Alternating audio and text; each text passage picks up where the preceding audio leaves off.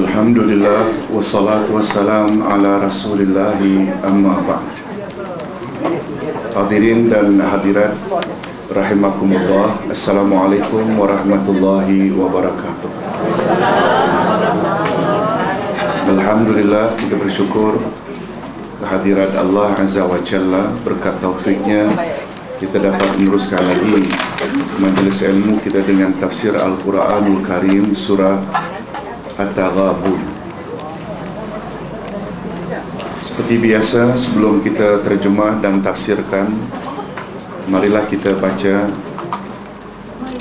sebahagian dari surah ini, mengingat ayatnya ada 18.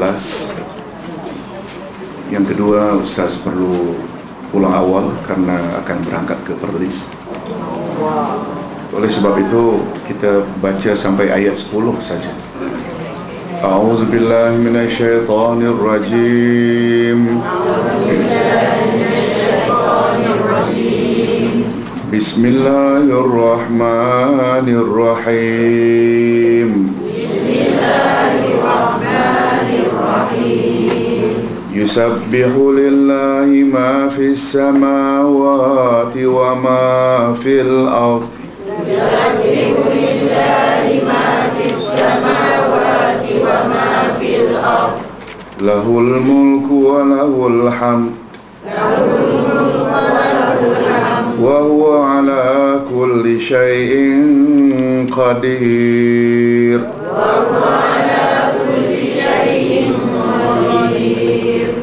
Huwallazi khalaqakum faminkum kafirun wa minkum mu'min.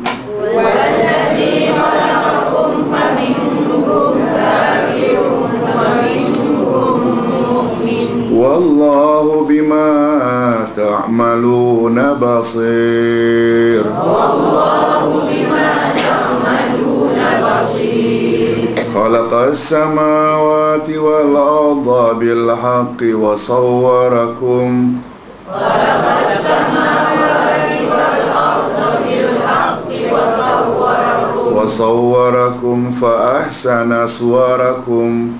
Wa sawwarakum fa ahsana suwarakum. Wa ilaihil masir. Wa ilaihil masir.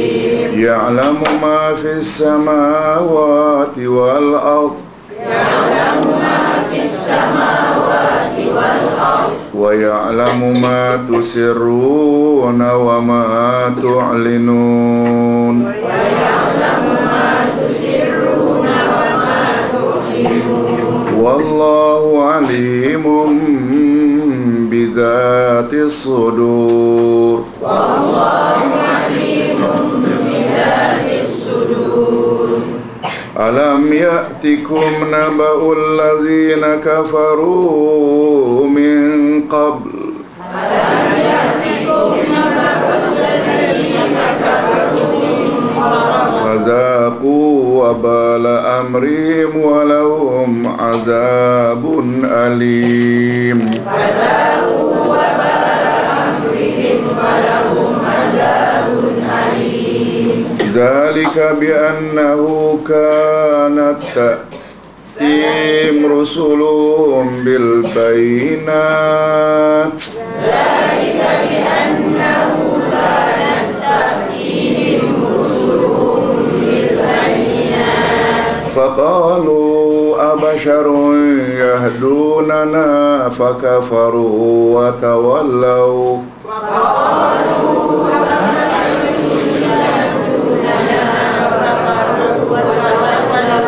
Wastaghnaallahu wallahu ghaniyyun hamid. Wastaghnaallahu wallahu ghaniyyun hamid. Za'ama allazina kafaru allan yub'atsu. Za'ama allazina kafaru allan yub'atsu. Qul bala wa rabbi latub'atsunna thumma latunabba'unna bima amiltum. Qul bala wa rabbi latub'atsunna thumma latunabba'unna bima يسير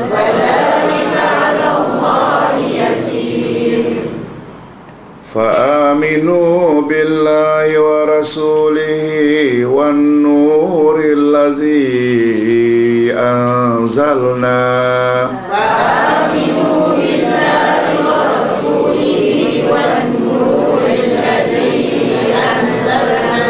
والله بما تعملون خبير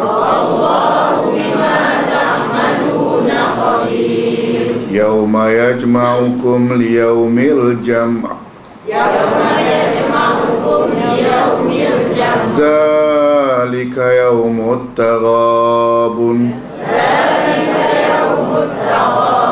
ومن يؤمن بالله ويعمل صالحا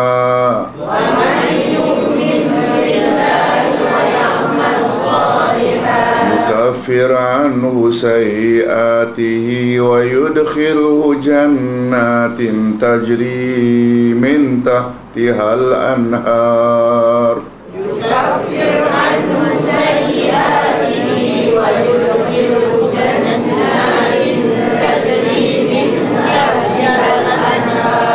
خالدين فيها أبدا ذلك الفوز العظيم والذين كفروا وكذبوا بآياتنا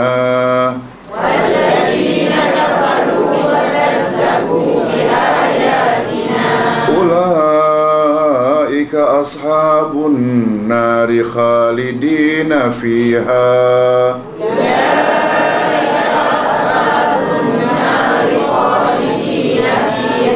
وبئس المصير. Demikianlah 10 ayat pertama dari surat At-Taghabun. Sebelum kita teruskan, bagus juga kita lihat latar belakang surah. Mukaddimah. Surah ini terdiri dari 18 ayat, termasuk golongan surat Madaniyah, dan diturunkan sesudah surat At-Tahrim. Nama At-Taghabun diambil dari kata At-Taghabun yang terdapat pada ayat yang ke-9, yang artinya hari dinampakkan kesalahan-kesalahan. Hari apa itu? Hari kiamat. Hari kiamat ada berapa nama? –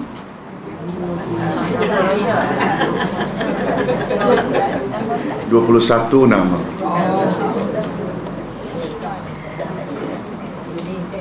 Salah satu dari nama hari kiamat Yaumut Taghabun, hari pada hari itu dinampakkan semua kesalahan-kesalahan manusia. Itu sebabnya kita boleh berahsia pada suami, kita boleh berahsia pada isteri. Kejahatan yang kita buat masing-masing pasangan tak tahu. Nanti semua akan didedahkan di akhirat.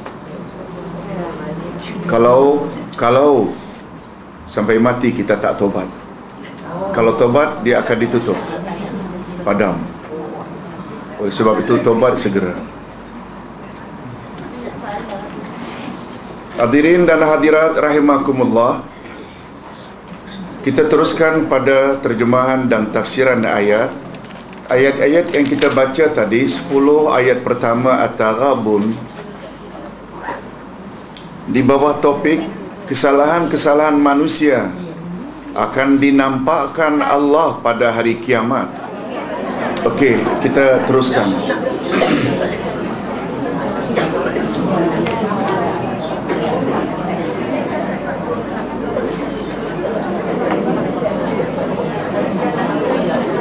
Kita teruskan dengan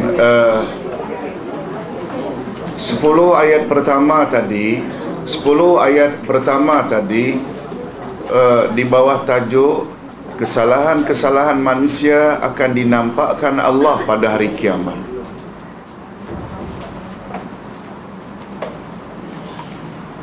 Malah bagi ustaz, yang Allah nampakkan bukan hanya kejahatan, Allah juga akan nampakkan kebaikan. Berdasarkan ayat akhir surat Zalzalah yang dipanggil oleh Nabi dengan, tolong ikuti, ayatul jami'ah, ayat yang komprehensif, menyeluruh. Tolong ikuti, faman ya'mal mithqala dzarratin khairan yarah wa man ya'mal mithqala dzarratin syarran yarah. Siapa buat amal baik kecil macam mana pun, Allah akan perlihatkan. Yarah dari kata ru'ya, lihat. Siapa buat amal jahat kecil macam mana pun juga akan diperlihatkan. Apalagi ayat itu menyebut sebelumnya, tolong ikuti,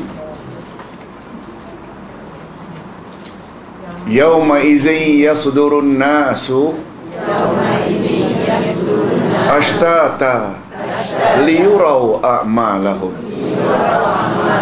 Pada hari itu manusia akan dibangkit dalam bentuk yang bermacam-macam. Rupa manusia di padang mahsyar ketika bangkit dari kubur tidak serupa.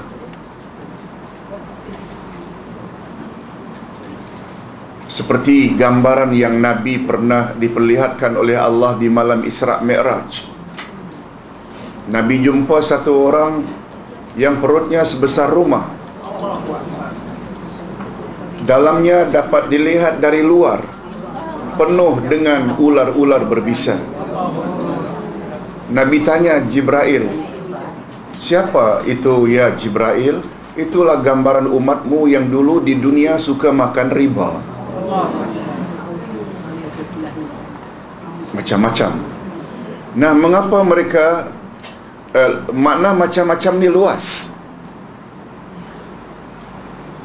Orang kafir dengan orang kafir saja, orang munafik dengan orang munafik saja, orang Islam dengan orang Islam sahaja. Malah ada ulama kata yang Islam pula Syiah dengan Syiah saja, Qadiani dengan Qadiani saja, Ahlu Sunnah dengan Ahlu Sunnah sahaja. Itu makna bermacam-macam. Untuk apa mereka dibangkit bermacam-macam? Liyurau a'malahum, supaya diperlihatkan pada mereka amal mereka. Baru ayat tadi, siapa buat amal baik akan diperlihatkanlah kepadanya, siapa buat jahat akan diperlihatkanlah. Ini kan memberi makna yang Allah perlihatkan di akhirat bukan hanya kesalahan saja. Betul tak? Ya. Mudah-mudahan Allah beri kita kekuatan untuk terus menambah amal saleh, dan terhadap dosa-dosa yang lalu kita mohon ampun pada Allah, supaya Allah jangan perlihatkan. Salah satu tip untuk supaya kesalahan tidak dinampakkan, mau tak tip itu? Jangan dedahkan aib orang. Hadis sahih riwayat Imam Muslim menyebut, tolong ikuti, man satara ala muslimin satarahullahu fid dunya wal akhirah. Siapa yang menyembunyikan aib orang Islam lain di dunia, Allah akan sembunyikan aibnya di dunia dan di akhirat. Betul tak akhir-akhir ini sungguh banyak usaha mendedahkan aib orang?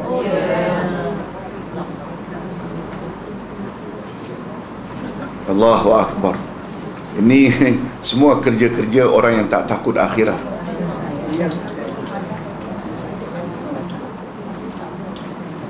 Hadirin dan hadirat, kita teruskan dengan terjemahan dan tafsiran ayat.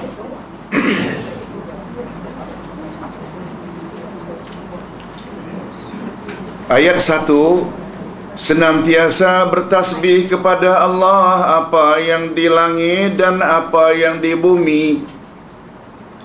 Hanya Allah lah yang mempunyai semua kerajaan dan semua puji-pujian. Dan Dia Maha Kuasa atas segala sesuatu.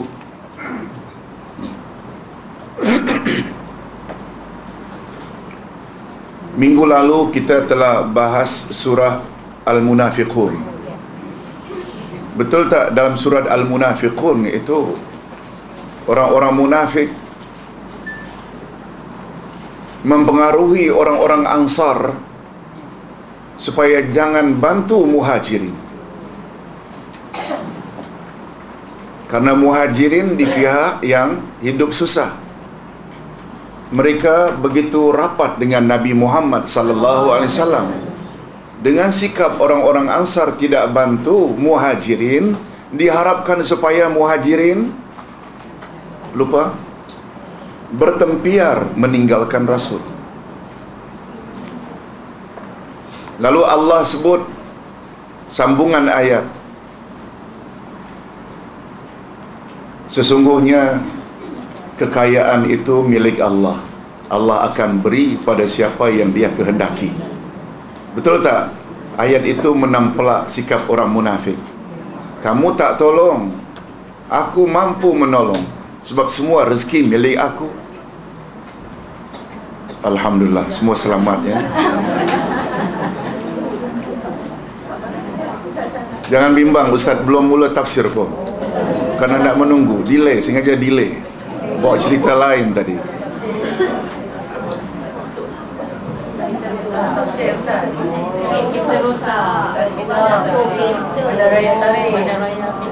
Oh, kereta rosa. Oh ya. Alhamdulillah.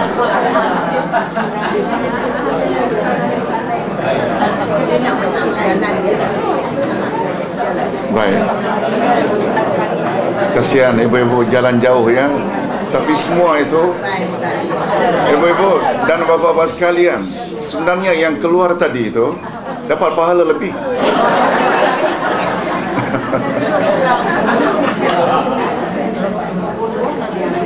Mana tadi Ustaz cakap? Orang munafik. Kemudian yang kedua, apa kata orang munafik? Bila kita balik nanti ke Madinah, kita hendak usir Muhammad. Lalu Allah tampilak lagi sambungannya. Kekuatan itu milik Allah, bukan milikmu. Boleh faham Ustaz? Nah, setelah membahas, hadirin dan hadirat, kita perlu tahu susunan surah demi surah dia mesti ada punya kaitannya, munasabahnya, ada relevannya.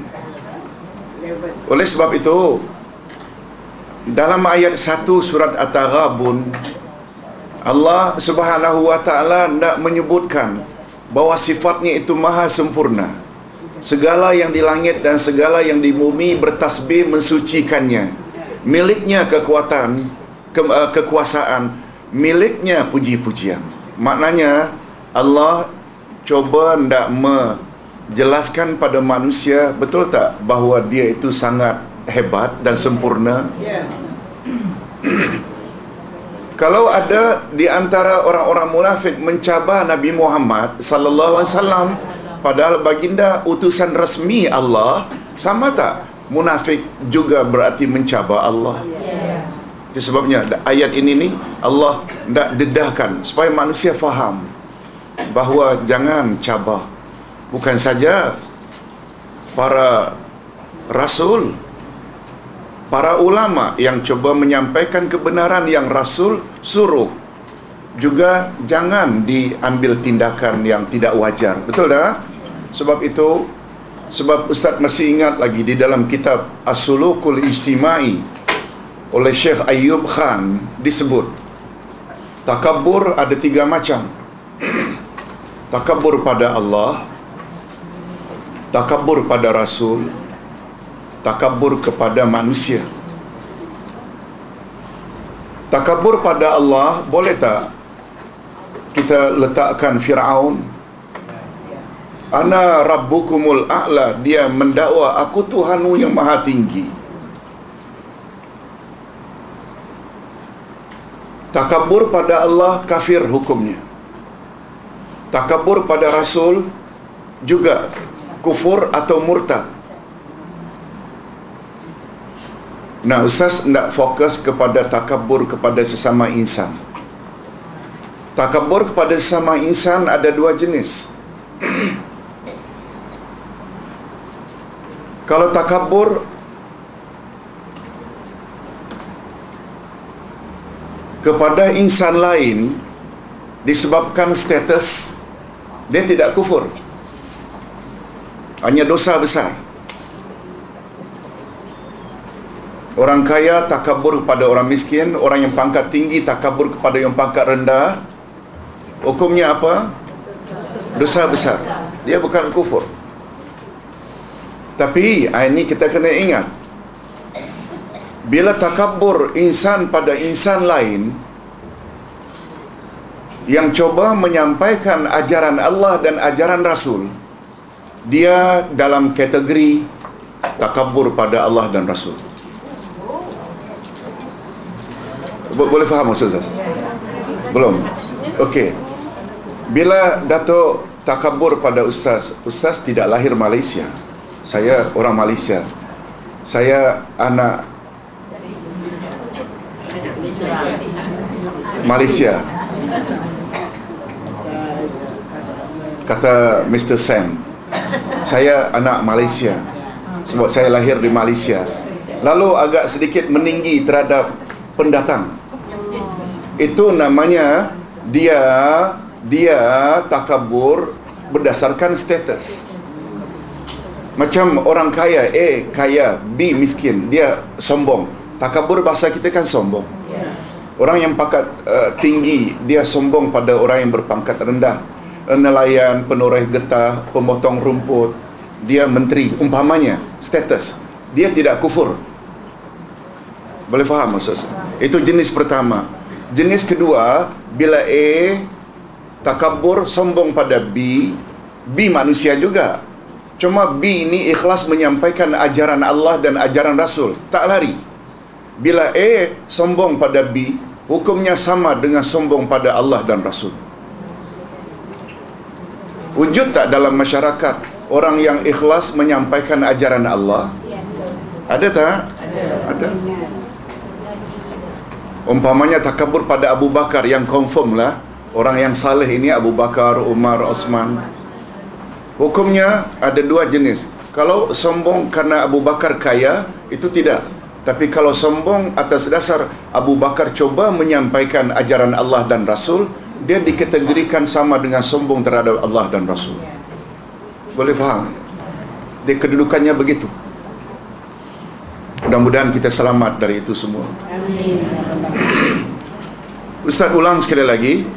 Senantiasa bertasbih kepada Allah, apa yang di langit dan apa yang di bumi.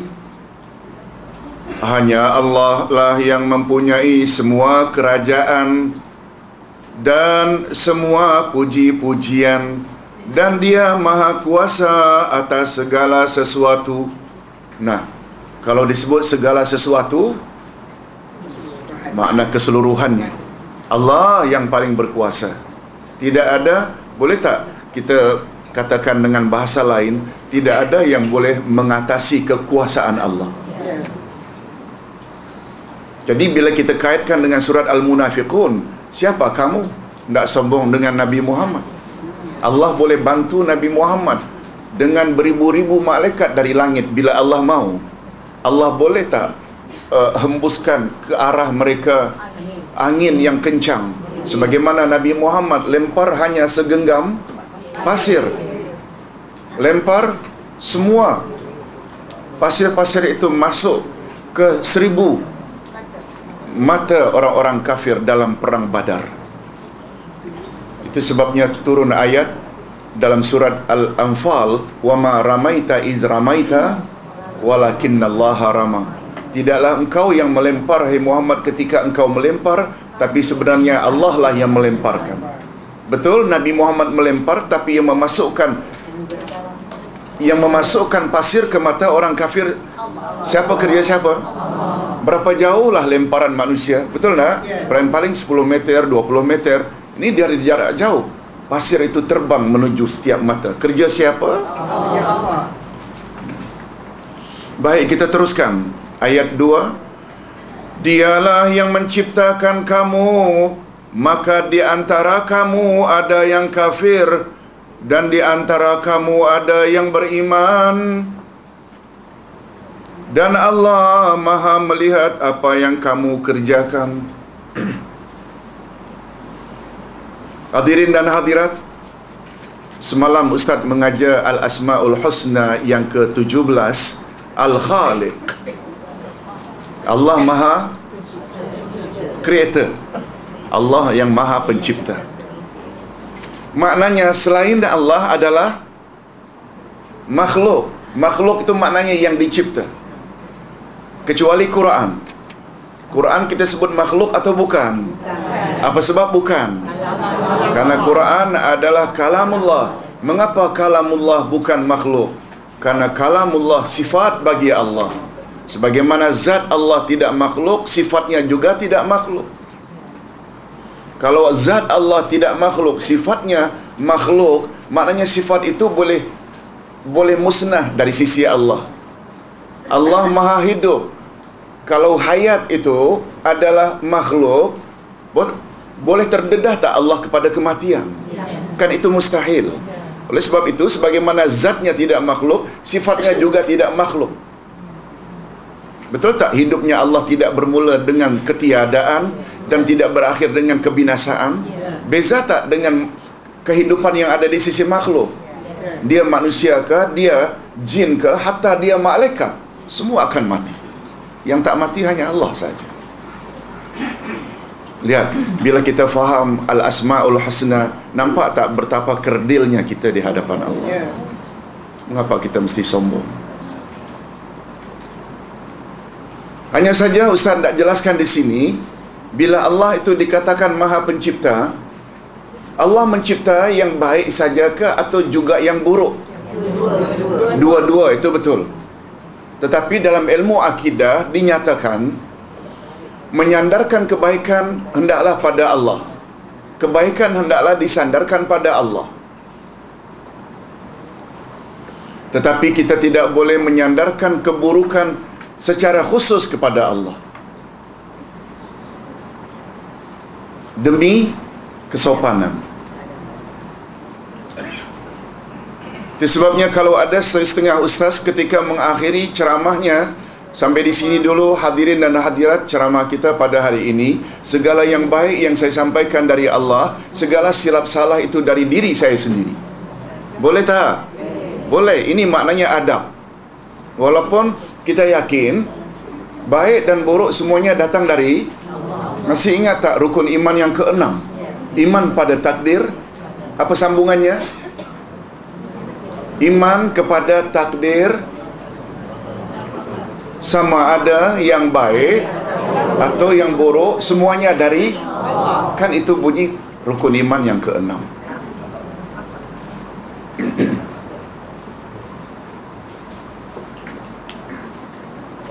Sebab kedua, selain sopan, sebab kedua, mengapa kita tidak boleh sandarkan secara khusus keburukan kepada Allah? Sebab Allah Subhanahu wa ta'ala sifatnya maha sempurna.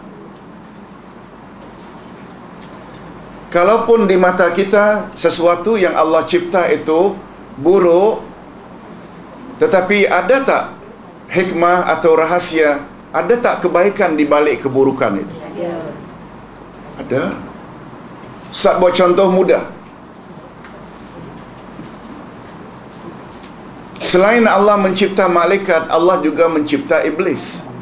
Betul tak? Malaikat-malaikat kan semua ke arah kebaikan, sebab malaikat tidak ada buat maksiat.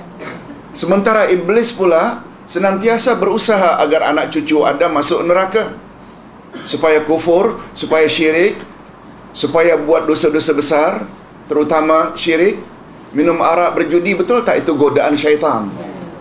Boleh tak kita katakan, apa pasal lah Allah dah tahu syaitan itu akan membawa kami ke neraka? Apa pasal Allah cipta? Jangan cakap begitu. Sebab bagi kita, adanya iblis, ada tak dia punya hikmah? Ada tak? Pertama sekali, kata ulama akidah menyenaraikan adanya syariat taubat. adanya syariat jihad. Hadirin dan hadirat, kalau kita sebut dari sudut itu saja, adanya syariat taubat. Mengapa perlu adanya syariat taubat? Kan taubat bagi orang yang bersalah. Orang yang bersalah disebabkan oleh godaan iblis. Nak menunjukkan bahawa syariat taubat ini sangat tinggi, coba dengar kata-kata Ali bin Abi Talib dan Sufyan bin Uyainah. Tidak ada nikmat yang paling besar setelah nikmat kami memeluk Islam, kecuali nikmat adanya syariat taubat. Maknanya syariat taubat itu tinggi tak? Adanya syariat taubat itu gara-gara ada iblis. Itu maknanya kita tidak boleh melihat iblis itu dari sudut buruknya saja. Memang buruk dari satu angle, tapi dia baik dari angle yang lain. Betul tak bagi kita adanya syariat taubat itu suatu kebaikan? Ustaz ulang sekali lagi kata-kata Sufyan bin Uyainah dan Ali bin Abi Talib. Tidak ada nikmat yang paling besar setelah kami memeluk Islam, kecuali nikmat adanya syariat taubat. Betul tak memeluk Islam itu nikmat nomor satu? Kalau tak Islam kita minta maaf. Dalam Quran banyak disebut manusia kafir bukan Islam, dia sama di sisi Allah dengan binatang. Ayat 12 surat Muhammad. Tolong ikuti. Walladzina kafaru yatamatta'una wa ya'kuluna kama ta'kulul an'am. Orang-orang kafir itu mereka makan minum, mereka berseronok-seronok sama betul sebagaimana makan minum dan berseronoknya binatang ternak. An'am binatang ternak, kambing, lembu, unta itu an'am dalam bahasa Arab yang boleh untuk korban. Apa sebab? Sebab orang kafir dia bukan pilih kalau tidak makan miliknya ke, milik orang lain ke, halal ke, haram, betul tak? Na'udzubillahi min dzalik. Tapi kita kena ingat, dengan adanya kata-kata tidak ada nikmat yang paling besar setelah kami memeluk Islam kecuali adanya nikmat taubat. Hadirin dan hadirat, semua kita pernah dosa dulunya. Umur 20-an, 30-an. Kalaulah tidak ada syariat taubat, betul tak kita tertunggu-tunggu bila Allah akan turunkan azab? Tapi bila ada syariat taubat, dah tak perlu fikir lagi dah. Apalagi semua kita tahu, taubat dalam Islam bukan sekedar pelupusan. 5,000 dosanya masa silam, termasuk dosa besar. Dia taubat, 5,000 Allah ganti kebaikan untuknya. Berbahagialah orang-orang yang sekarang taubat, yang dulu banyak buat dosa. Umar ibn Khattab, apa yang dia tidak buat ketika dia belum masuk Islam? Setelah dia masuk Islam, memahami agama, betul tak dia jadi orang yang sungguh bagus dan dalam senarai orang yang garanti masuk syurga nomor 2 setelah Abu Bakar. Mengapa Umar diletakkan nomor 2? Padahal Umar masuk Islam terlambat. Abu Bakar wajar sebab dia orang pertama masuk Islam. Dan orang pertama lagi masuk Islam lainnya banyak. Tapi Umar dah terlambat. Mengapa disenaraikan nomor 2? Karena taubatnya terhadap dosa-dosa masa silam. Malah ada riwayat mengatakan dia pernah bunuh anak perempuannya hidup-hidup. Zaman jahiliyah, budaya kan macam itu. Bayangkanlah kalau membunuh, minum arak, berjudi, berzina, hatta menyembah berhala, Umar buat. Tapi setelah dia taubat, semua dosa-dosa itu Allah robah menjadi kebaikan. Sekali lagi, membuat contoh, iblis itu nampaknya jahat. Tapi ada tak kebaikan di balik keburukannya? Maksud Ustaz, kita jangan menilai keburukan yang menimpa kita itu semata-mata keburukan, tapi di dalam sebenarnya ada kebaikan. Baik, hadirin dan hadirat rahimakumullah, kita bersyukur pada Allah karena Allah telah jadikan kita sebagai mukmin dan bukan kafir.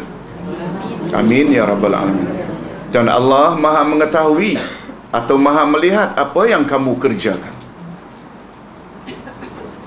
Itu sebabnya bila kita jalan ke mana-mana, lihat orang-orang ramai, sebenarnya dalam yang ramai itu ada dua jenis saja.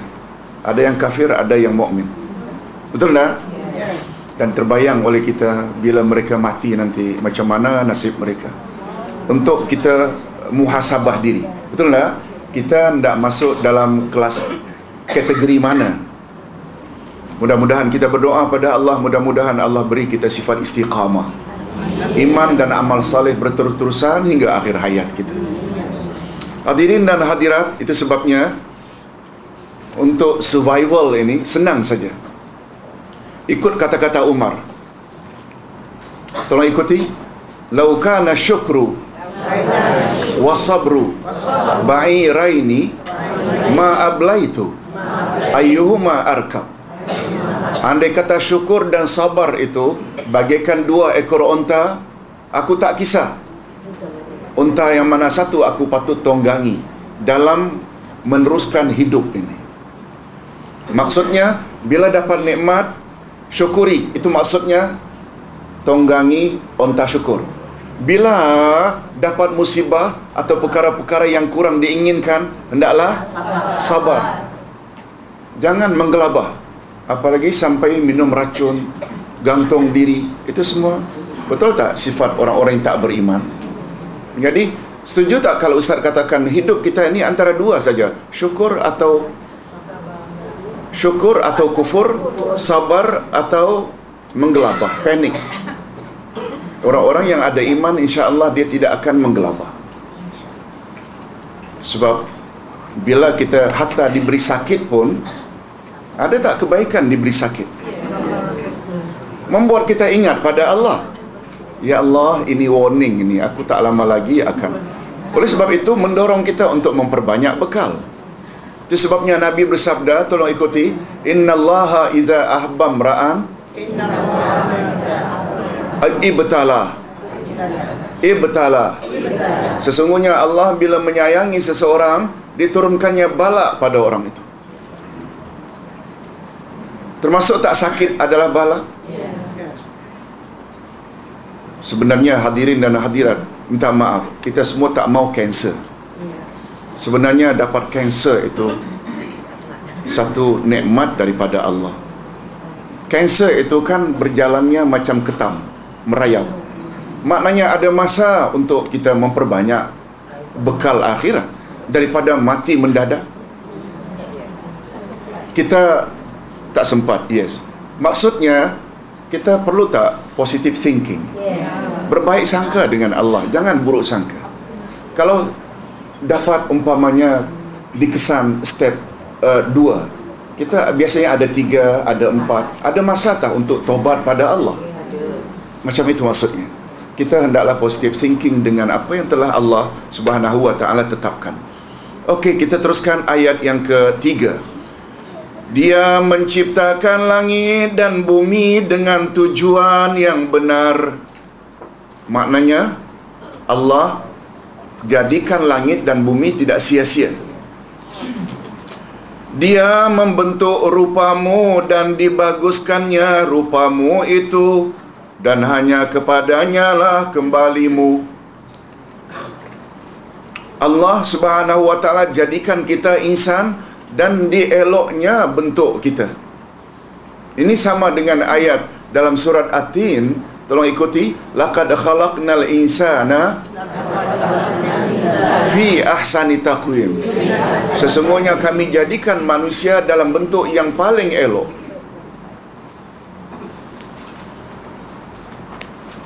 Cuma kata ulama tafsir, keelokan dan kebagusan insan ini bukan terletak pada rupa. Dia terletak kepada, karena dia diberi oleh Allah akal.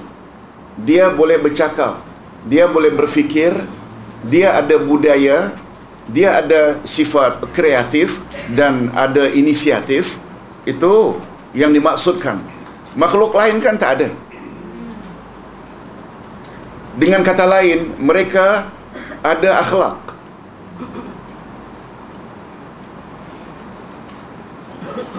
Allah Subhanahu Wa Taala jadikan manusia anggotanya insijam. Dalam bahasa Arabnya insijam maknanya harmoni belaka. Kalau kita tengok Allah beri kepada monyet tangannya kan tak seimbang sampai dekat tanah sana. Kita pula kalau jalan cantik saja nampaknya. Hadirin dan hadirat, oleh sebab itu jangan terpedaya dengan kecantikan yang Allah bagi. Pernah pada zaman Al-Ma'mun sebagai khalifah, seorang suami berkata kepada isterinya, "Engkau aku talak jika tidak lebih cantik dari bulan purnama." Khalifah tersebut sampai bingung, sebab first time ada orang talakkan isteri cara begitu. Akhirnya dihimpunkanlah fuqaha. Siapa fuqaha? Ulama-ulama fiqh untuk menentukan hukum. Dihimpun ke istana bincang tentang perkara itu saja. Lalu khalifah mendengar pandangan satu demi satu. Semua mengatakan jatuh talaknya, kecuali satu ulama yang diam dari awal, tak komen. Lalu khalifah kata, "Hei orang alim, aku lihat engkau dari awal diam saja, tidak ada apa-apa komen. Sebelum aku buat suatu keputusan, aku dah dengar pendapatmu dulu." Lalu orang alim tersebut memberi pandangannya, "Adapun pendapat saya, wahai tuan, ya Amirul Mukminin, talaknya tidak jatuh." Nah, semuanya heboh. "Apa dalilmu, wahai orang alim, bahawa manusia lebih cantik dari bulan? Bukankah Allah telah berfirman dalam surat At-Tin?" Dia bacanya ayat ini, "Laqad khalaqnal insana fi ahsani taqwim." Sesungguhnya kami jadikan insan adalah makhluk yang paling cantik. Kan itu bermakna dari semua manusia lebih cantik. Jadi tak timbul talak itu. Nah, akhirnya khalifah setuju dengan pendapat. Hadirin dan hadirat, ini ada pengajaran. Apa dia pengajaran? Kebenaran tidak senantiasa memihak kepada majoriti. Betul tak? Itu dia poin penting. Apalagi ayat 116 surat Al-An'am menyebut, tolong ikuti, "Wa in tuti' aksara man fil ardi yudilluka an sabilillah." Sekiranya kamu patuhi semua manusia, kebanyakan manusia di atas muka bumi. Ustaz ulang. Sekiranya kamu patuhi kebanyakan manusia di atas muka bumi, niscaya mereka akan menyesatkan kamu dari jalan Allah. Bila suara terbanyak itu yang jadi ukuran kebenaran, mereka akan sesatkan kita, kata Allah. Itu sebabnya kata Abdullah bin Mas'ud, Abdullah Yasin setuju sangat dengan pandangan ini. Apa kata Abdullah bin Mas'ud? Tolong ikuti. Al-jama'atu ma wafaqal haq wa in kunta wahdak. Yang namanya kebenaran itu, al-jama'ah, kebenaran ahlu sunnah wal jama'ah, kebenaran itu ialah, maaf, yang dinamakan ahlu sunnah wal jama'ah ialah grup yang menepati kebenaran walaupun dia seorang diri.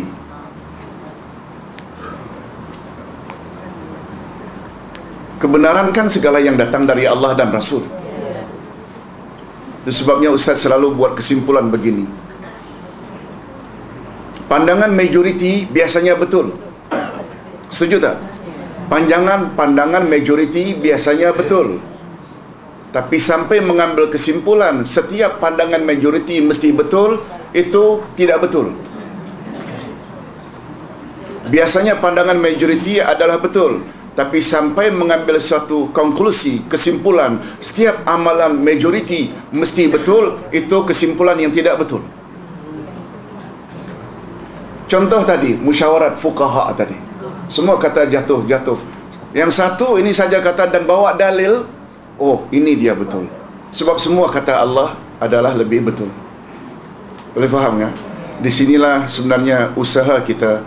Betul tak? Kita sebenarnya mesti naik taraf kita, naikkan taraf kita. Para pendakwah hendaknya menaik taraf audiennya daripada mukallid kepada muttabi'. Masih ingat? Mukallid taklid, ikut-ikutan, tak tahu dalil. Muttabi' ikut juga tapi mengetahui dalil. Betul tak? Baik, hadirin dan hadirat rahimakumullah, kita teruskan. Nah, sebelum Ustaz teruskan, coba tengok apa kata Allah. Summa radadnahu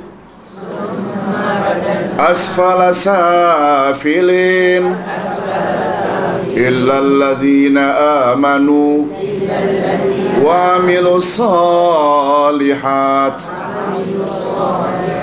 Ustaz terjemahkan dari awal. Sesungguhnya kami jadikan manusia makhluk yang paling cantik, kemudian kami lemparkan mereka ke dalam kerak neraka. Itu walaupun cantik, tempatnya neraka. Kecuali mereka yang ada iman dan amal saleh. Maknanya yang boleh membuat status kita yang cantik ini terus cantik, mesti ada iman dan amal saleh. Betul tak? Kan itu maknanya.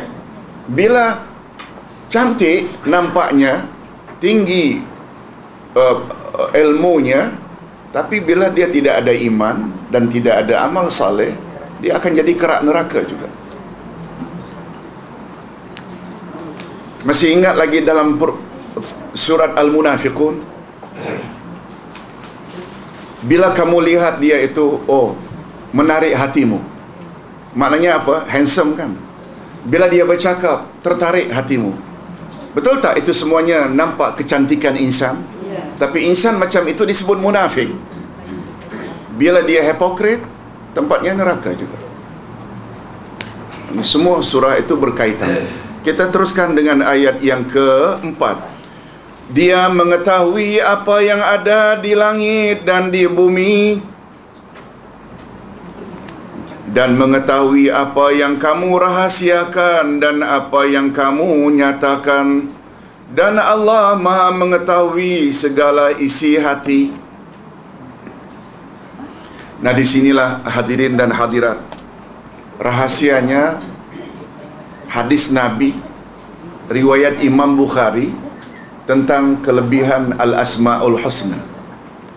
Masih ingat? Tolong ikuti hadis sahih riwayat Imam Bukhari. Inna lillahi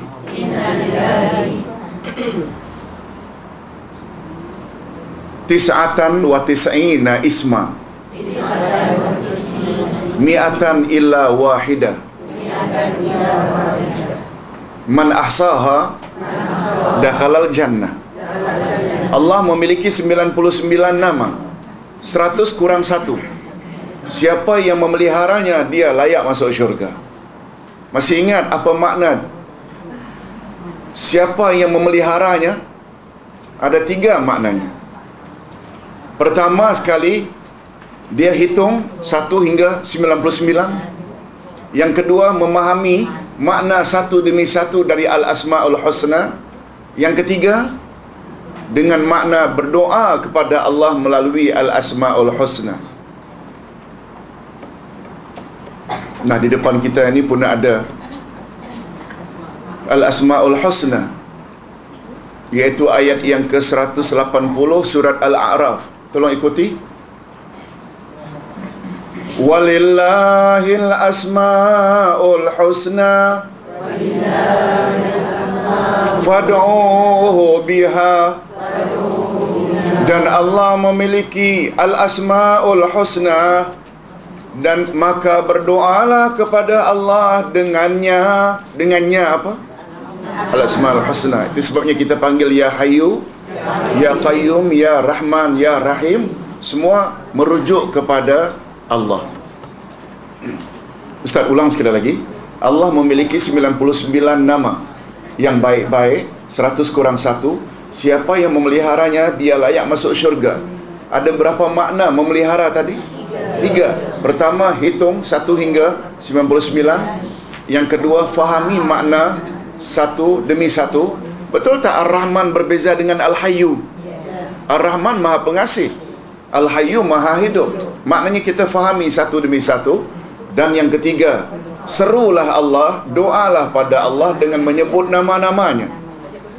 Dan berdoa ini pula ada 2 macam. Ada namanya doaul masalah. Doaul masalah maknanya berdoa sambil meminta. Ya Hayyu Ya Qayyum birahmatika astaghith. Wahai Allah yang Maha Hidup lagi Maha berdiri sendiri, dengan berkat rahmatmu lindungilah aku dari malapetaka. Ada tak setelah Ya Hayyu Ya Qayyum kita minta agar dilindungi? Ini namanya doaul masalah. Nah, satu lagi namanya doaul ibadah. Doa ibadat. Nah, apa dia Ustaz doa ibadat? Nah, dari semua tadi itu, yang ini yang paling payah. Doaul ibadah maksudnya kita beribadat pada Allah sesuai dengan tuntutan setiap nama. Masih belum faham barangkali. Kita beribadat pada Allah sesuai dengan tuntutan setiap nama Allah. Ada tak Allah bernama Al-Alim? Apa makna Al-Alim? Al-Alim itu nama, Al-Ilmu itu sifat. Boleh faham? Ekoran daripada sifat Allah Maha Mengetahui, tak timbul yang kita akan buat maksiat ketika di overseas. Mentang-mentang orang-orang yang kita segan ada di Kuala Lumpur, di London, di Tokyo, tak ada orang yang kita segani, lalu kita buat perkara tak senonoh. Kan itu bermakna seolah-olah Allah tak tahu. Betul tak Allah tahu, tak kira di mana kita buat. Nah, bila kita tahu Allah Maha Mengetahui, bukan saja zahir kita, dalam hati pun Allah tahu. Betul tak membuat kita akhirnya tak akan buat perkara tak senonoh walaupun jauh dari pandangan orang ramai? Kita tetap akan beribadat pada Allah walaupun bangun jam 4 pagi, tak seorang pun yang lihat. Boleh faham tak? Bila satu nama Allah ini saja kita jaga, jadi orang baik macam mana? Macam mana kalau 99? Boleh faham maksud? Itu sebabnya ayat ini menyebut, coba tengok, Dia mengetahui apa yang ada di langit dan di bumi, dan mengetahui apa yang kamu rahasiakan dan apa yang kamu nyatakan. Allah tahu tak? Segala-galanya.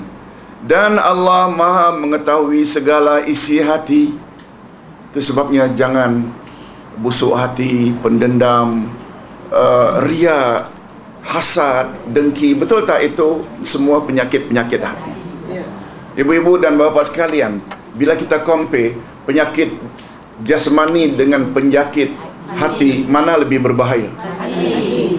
Iyakah? Apa sebab? Susah nak buat. Okey. Bila kita luka, kita dapat pahala tak? Pahala.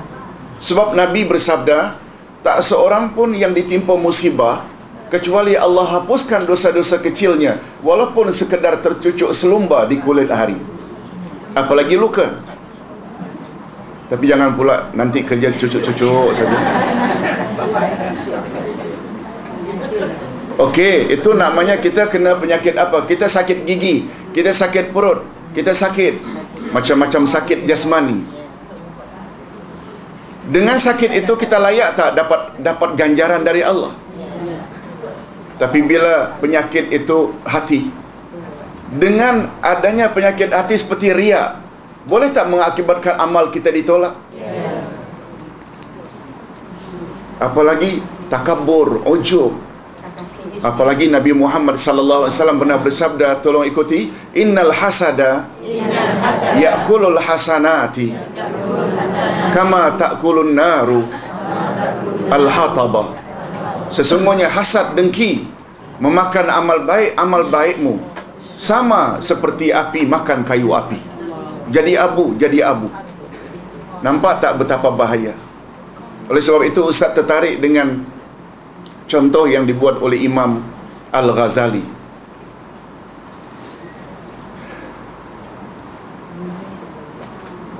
Ketika beliau membandingkan sikap manusia. Bila seseorang berjalan lalu di belakangnya menjalar kalajengking atau lipan, lalu orang di belakang nampak, sebelum dia menuju ke leher untuk menggigit, dia tepisnya, dia berlari di tepisnya tanpa minta izin dulu. Begitu orang yang terselamat dari gigitan kalajengking atau lipan tadi tahu, betul tak dia kenang selama-lamanya jasa orang ini. Tetapi kata Imam Al-Ghazali, bila orang itu ada riak, ada hasad, ada dengki, lalu diberi nasihat, ditegur, biasanya yang tegur dimusuhi. Betul tak? Padahal bahaya gigitan kalajengking paling-paling 3 hari atau seminggu dia akan hilang. Selain itu kan yang kena gigit dapat pahala. Padahal orang yang tolong tadi menegur jangan riak, jangan hasad, jangan dengki, jangan takabur. Betul tak sebenarnya pertolongannya ini lebih besar? Supaya amalnya tidak rosak, justru dimusuhi. Betul tak? Ustaz tertarik dengan contoh seperti ini. Ini realiti. Oleh sebab itu sebenarnya bila ada orang tegur karena kita tersilap langkah, jangan musuhi orang itu. Terima kasih sepatutnya. Betul tak? Sebab kita bukan perfect pun.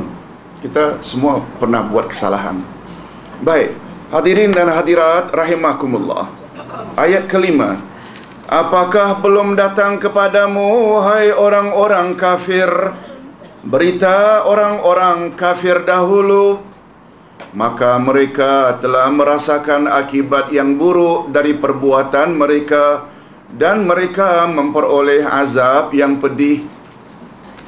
Ni Allah Subhanahu Wa Taala bertanya, bukan Allah tak tahu? Apakah mereka itu ingkar terhadapmu, hai Muhammad, reject ajaranmu? Mereka tak pernah dengar ke terhadap umat-umat kafir terdahulu ketika didatangi oleh Rasul, lalu mereka reject, mereka sampai tidak sakiti Rasul-Rasul terdahulu? Ternyata akhirnya yang binasa itu bukan Rasul dan orang beriman, tapi yang binasa itu justru para penentang. Boleh faham maksudnya? Allah tanya ini, ibu-ibu, ada tak kaitan pertanyaan ini dengan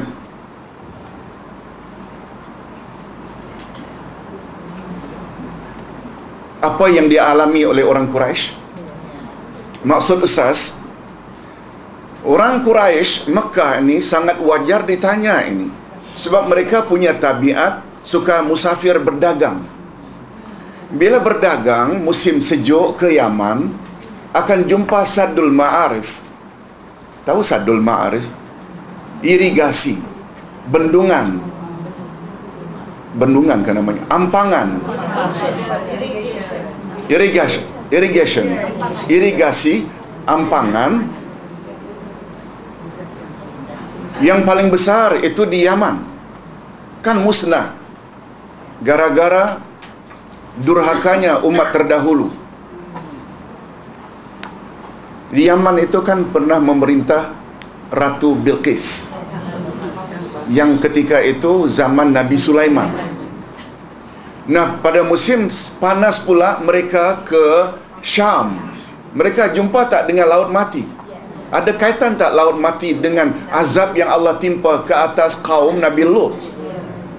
Betul tak? Maknanya walaupun mereka musyrikin, tapi mereka tahu sejarah ini. Hadirin dan hadirat, orang kafir ketika Nabi Muhammad diutus terbagi berapa?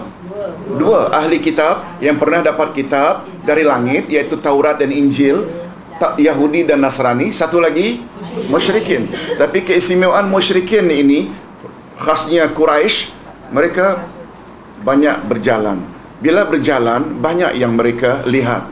Itu sebabnya Allah tanya, Ustaz ulang, apakah belum datang kepadamu, hai orang-orang kafir, berita orang-orang kafir dahulu?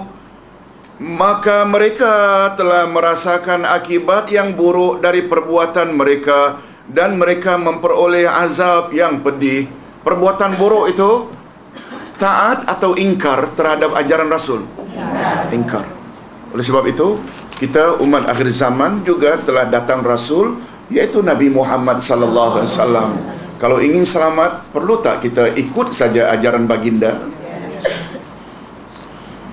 Yang demikian itu adalah karena sesungguhnya telah datang kepada mereka rasul-rasul membawa keterangan-keterangan, lalu mereka berkata, apakah manusia yang akan memberi petunjuk kepada kami? Nah, ibu-ibu dan bapa-bapa sekalian, di antara alasan orang-orang kafir dahulu reject para rasul, antara lain penyebab utamanya karena rasul itu manusia. Mereka maunya biar malaikat. Sebenarnya hadirin dan hadirat, Allah utus untuk membimbing manusia, rasul dari kalangan manusia. Betul tak? Sesuai atau tidak? Sesuai. Sebelumnya Ustaz ingin tanya, rasul terbagi berapa? 2. Alhamdulillah. Apa 2 itu? Malaikat dan apa makna rasul? Utusan Allah. Allah utus malaikat maut untuk mencabut nyawa, bukan Allah sendiri yang cabut. Betul tak malaikat maut itu wakil atau utusan Allah? Bukan Allah sendiri yang datang pada Nabi Muhammad menyampaikan wahyu, tapi melalui wakilnya yang bernama Jibril. Boleh faham? Itu sebabnya dalam Al-Quranul Karim, rasul-rasul kami ada dari kalangan insan, ada dari kalangan malaikat. Itu sebabnya bila seseorang meninggal dunia dalam kubur, Allah sendiri yang datang ke tanya mereka, man rabbuka wa man nabiyuka, atau utusan Allah yang bernama Mukar wa Nakir. Allah sendiri yang catat amalan baik dan buruk kita? Tak, wakil Allah di kiri kanan kita, Raqib dan Atid. Boleh faham kan? Sebab Ustaz sebut begitu, yang paling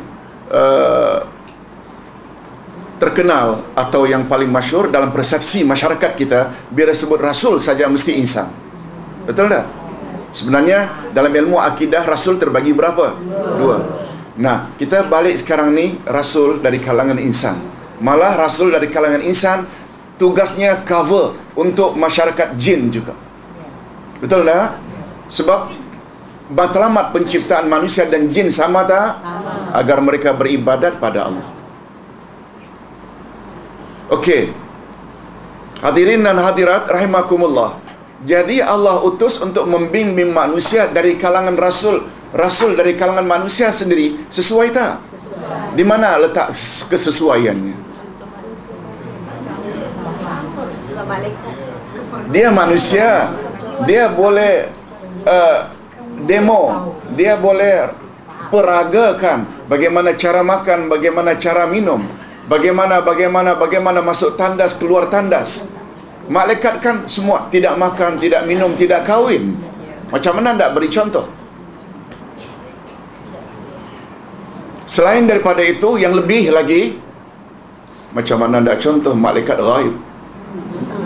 Tak nampak. Betul tak? Ibu-ibu saja kurang senang kalau dengar ceramah ditutup dengan tabir. Betul tak? Bukanlah Ustaz mau sangat dilihat, tapi begitulah adanya. Betul tak? Mendapat bimbingan itu, kalau kita boleh lihat, yang membimbing itu kita boleh saksikan. Betul tak? Nah, ini banyak hikmahnya. Tapi orang-orang dahulu selalu mempertikaikan, apa lebih wahai Muhammad? Kata Abu Jahal, kata Abu Lahab, aku kaya, aku handsome, kamu siapa? Nah, Abu Lahab juga pernah mengatakan, mengapa dia pilih engkau kalaupun rasul itu dari kalangan manusia? Bukankah aku lebih sebab aku uncle-mu? Abu Lahab sampai begitu. Bukankah uncle itu lebih daripada anak saudara? Padahal sebenarnya Allah memilih siapa yang Dia kehendaki. Namun demikian hadirin dan hadirat, menurut keyakinan kita, walaupun pembimbing kita, Rasul yang diutus kepada manusia adalah manusia, tapi manusia tersebut ada kelebihan tak yang tak ada pada kita? Apa dia? Wahyu. Ingat selalu ayat terakhir dari surat Al-Kahfi. Tolong ikuti. Qul innama ana basyarum mislukum yuha ilayya annama ilahukum ilahu wahid. Katakan, hai Muhammad, kepada mereka, aku manusia biasa seperti kamu. Kamu makan, aku makan. Kamu kawin, aku kawin. Kamu letih, aku juga letih. Kamu ngantuk, aku juga ngantuk. Kamu mati, aku juga wafat. Sama tak? Exactly. Yuha ilayya, hanya saja bezaku denganmu, kepadaku diturunkan wahyu. Namun demikian Tuhanmu tetap Allah yang Maha Esa. Jangan pula karena Nabi terima wahyu kita mendakwa pada diri Nabi ada unsur ketuhanan. Dan kan di sini salahnya Nasrani Kristian yang mendakwa pada Isa ada unsur ketuhanan. Pada Nabi Muhammad tak sama sekali. Itu sebabnya ada ayat itu, innama ilahukum ilahun wahid. Tapi kita perlu tak akui pada diri Nabi Muhammad ada kelebihan? Bukan hanya kelebihan itu, beliau maksum, terpelihara daripada dosa. Oleh sebab itu kalau Nabi Muhammad kita jadikan role model, wajar tak? Sangat wajar, sebab beliau maksum. Hadirin dan hadirat rahimakumullah, kita teruskan dengan ayat berikut.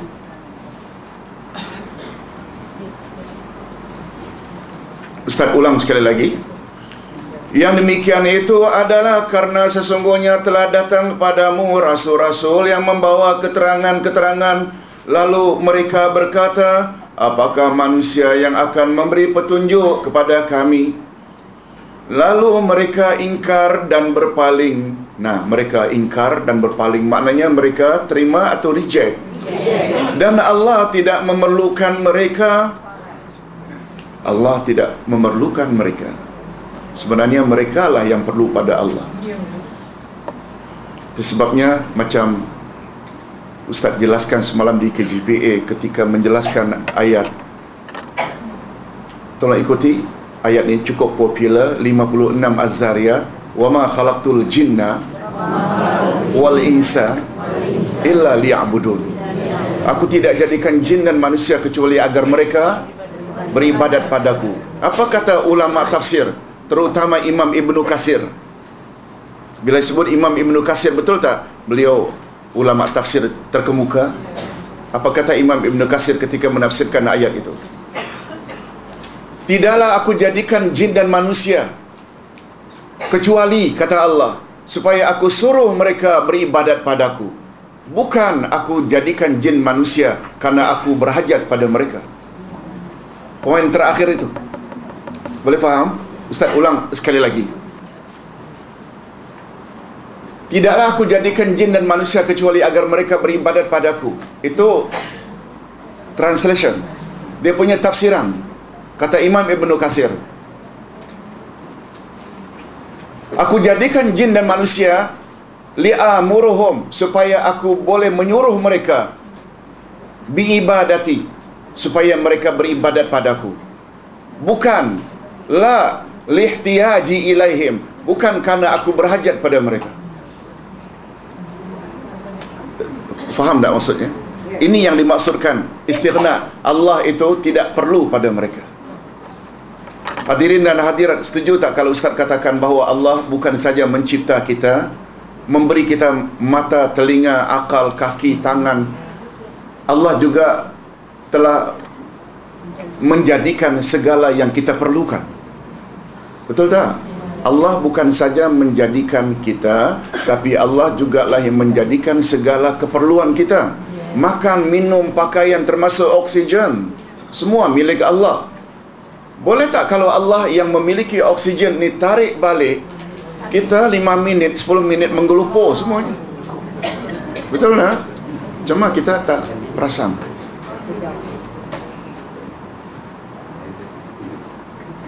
Bila dah ditarik, kita baru tahu. Sama dengan pepatah Arab, tolong ikuti. La ya'lamun nasu lazzatas sihah illa ba'dal marad. Manusia tidak mengetahui betapa lezatnya kesihatan kecuali setelah dia sakit. Setelah matanya buta, setelah telinganya pekak, setelah kakinya dipotong kerana diabetik, barulah teringat, ya Allah, mengapa waktu kaki dulu sempurna tak attend kelas. Dia terasa itu bila dah dipotong, bila dah paralyze. Itu sebabnya sebelum paralyze, sebelum pekak, sebelum kita nyanyuk, manfaatkan masa sebaik-baiknya. Betul tak? Betul tak kita boleh mati anytime? Hadirin dan hadirat rahimakumullah. Orang-orang kafir mengatakan bahawa mereka sekali-kali tidak akan dibangkitkan. Nah, ini satu lagi. Tidak dibangkitkan maknanya apa? Bila mati habis perkara. Tak hidup lagi. Ini sikap siapa? Kafir yang mana satu? Ahli kitab atau musyrikin? Musyrikin. Ahli kitab Yahudi Nasrani percaya. Katakanlah kepada mereka, tidak demikian, demi Tuhanku, benar-benar kamu akan dibangkitkan. Sesungguhnya akan diberitakan kepadamu apa yang telah kamu kerjakan. Yang demikian itu adalah mudah bagi Allah. Jangan dikira susah bagi Allah untuk mendedahkan itu. Hadirin dan hadirat, dalam ayat 85 Al-Isra, tolong ikuti. Yas'alunaka anir ruh qulir ruhu min amri rabbi wa ma utitum minal ilmi illa qalila. Mereka bertanya kepadamu, wahai Muhammad, tentang roh. Jawablah kepada yang tanya, roh adalah urusan Tuhanku. Lalu Allah beri alasan. Mengapa jangan jawab? Katakan saja itu urusan Tuhanku. Sebab kamu, hai manusia, tidak diberi ilmu kecuali sedikit sekali. Macam kuku hitam saja. Kalau ada kuku panjang hitam, itu saja. Nah, hadirin dan hadirat, bila Ustaz relate dengan ayat itu dengan apa yang terjadi, pembantu rumah, maid kita tidak boleh buat apa-apa bila kita tayangkan CCTV. CCTV ini ciptaan manusia. Tak boleh lari dah. Dirakam semuanya. Sebagaimana rakapan MP3, tape recorder, bercakap macam itu, sebiji macam itu dia direkod. Itu ilmu dari kalangan insan. Padahal Allah kata itu ilmu sedikit sekali. Lalu kita tak percaya Allah boleh tayangkan nanti sebesar-besar skrin di padang mahsyar. Semuanya nampak. Boleh faham maksud Ustaz? Dengan ilmu yang sedikit pun kita tak dapat menafikan apa yang kita telah buat. Macam mana tak menafikan? Macam mana kekuasaan Allah boleh mendedahkan lebih halus tentunya daripada apa yang dibuat oleh manusia. Betul tak? Itu sebabnya semalam Ustaz ada sebut di KJPA, manusia selalu terpedaya dengan penemuan sains dan teknologi. Mereka akhirnya lupa Tuhan. Sebenarnya mereka sudah terpedaya. Ada tak yang masih ingat bila kita belajar dalam ilmu pendidikan atau apa sajalah bidang, di barat sana ada satu golongan yang sudah meninggalkan agama dengan mendakwa dengan teori mereka. Era agama dah berakhir. Sekarang masuk era sains dan teknologi. Ada tak? Scientology. Scientology ini ada satu aliran di barat sana yang mengatakan agama ni racun. Kita mesti berpindah kepada era Scientology, sains dan teknologi. Boleh tak kita katakan itu sudah terpedaya? Hebat macam manapun Scientology, betul tak Allah lagi hebat? Dia lupa itu. Itu sebabnya kita perlu Al-Asma'ul Husna. Allahu Akbar. Hadirin dan hadirat, Ustaz teruskan. Mudah-mudahan bagi kita tidak terpengaruh dan tak terpedaya dengan kehebatan teknologi. Malah bagi kita, kehebatan teknologi membuat kita semakin dekat dengan Allah. Mengapa Abu Bakar boleh percaya Isra' Mi'raj padahal belum ada roket? Padahal ketika itu masih belum ada lagi Dr. Khan Murtada yang sampai ke bulan. Betul tak? Ketika itu belum ada kapal terbang. Mengapa Abu Bakar boleh percaya? Betul tak maknanya imannya pada Allah sungguh mantap? Memaknanya memahami adanya Isra' Mi'raj hari ini lebih mudah. Boleh faham Ustaz? Sebab sudah banyak penemuan-penemuan. Jangan sampai terpedaya akhirnya kita bertuhankan kepada Scientology, tinggalkan Allah. Ini maksud Ustaz dah terpedaya. Allah tetap yang paling hebat.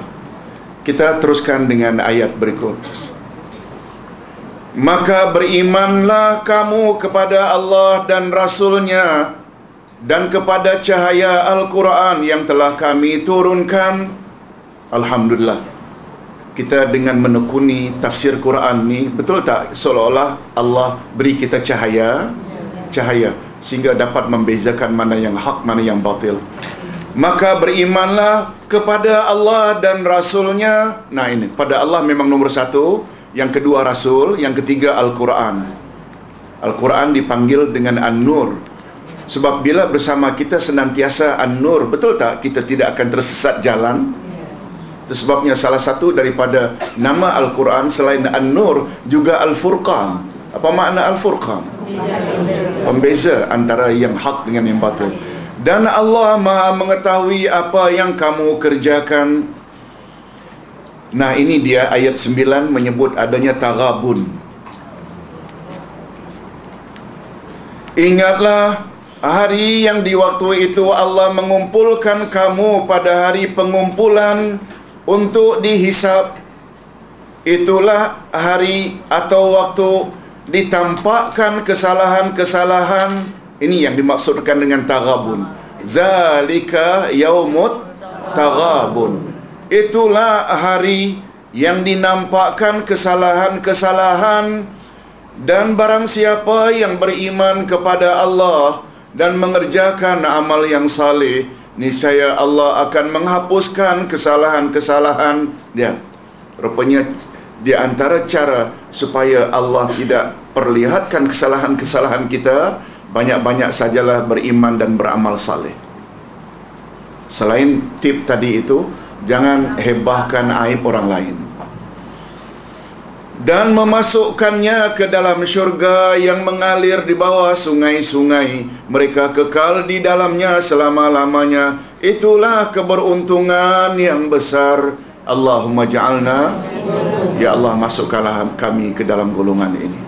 Iaitu golongan yang mana satu? Yang beriman lagi beramal saleh. Yang ekoran atau kesan dari iman dan amal saleh, kesalahan-kesalahan dihapuskan oleh Allah dan selanjutnya Allah masukkan dalam syurga. Mudah-mudahan kita termasuk dalam golongan ini. Dan selanjutnya ini golongan yang satu lagi yang sangat merugi. Tolong ikuti ayat terakhir untuk pagi ini. Wallazina kafaru wa kazzabu bi ayatina. Wallazina kafaru wa kazzabu bi ayatina. Ulaika ashabun nari khalidina fiha.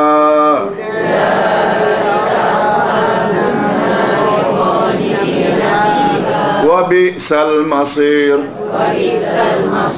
Dan orang-orang yang kafir dan mendustakan ayat-ayat kami, Mereka itulah penghuni-penghuni neraka. Na'udzubillah min dzalik. Mereka kekal di dalamnya, itulah seburuk-buruk tempat kembali. Na'udzubillah.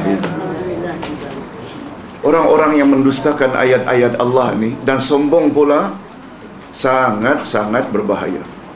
Tolong ikuti untuk mengakhiri ceramah kita pagi ini. Atau ayat 10 ini di sampingnya catat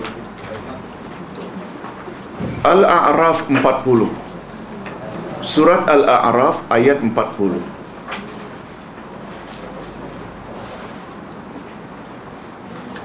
Tolong ikuti. Innal ladzina kazzabu bi ayatina wastakbaru anha la yufattahu lahum abwabus sama wa la yadkhulunal jannah